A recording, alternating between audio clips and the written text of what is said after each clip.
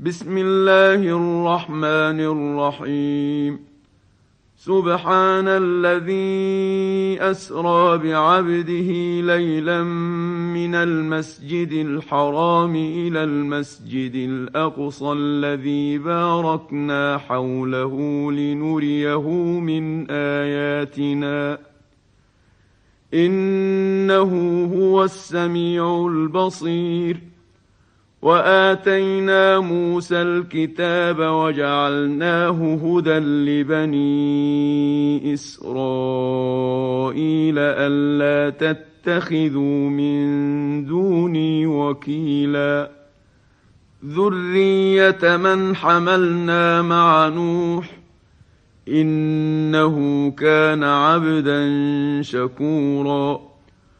وقضينا إلى بني إسرائيل في الكتاب لتفسدن في الأرض مرتين ولتعلن علوا كبيرا.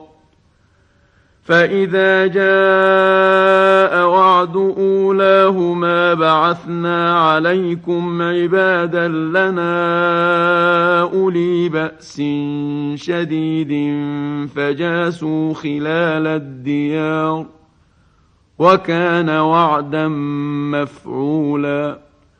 ثم رددنا لكم الكرة عليهم وأمددناكم بأموال وبنين وجعلناكم أكثر نفيرا. إن أحسنتم أحسنتم لأنفسكم وإن أسأتم فلها. فإذا جاء وعد الآخرة ليسوءوا وجوهكم وليدخلوا المسجد كما دخلوه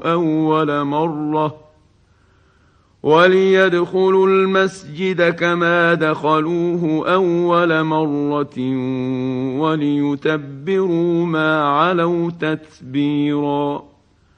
عسى ربكم أن يرحمكم وإن عدتم عدنا وجعلنا جهنم للكافرين حصيرا.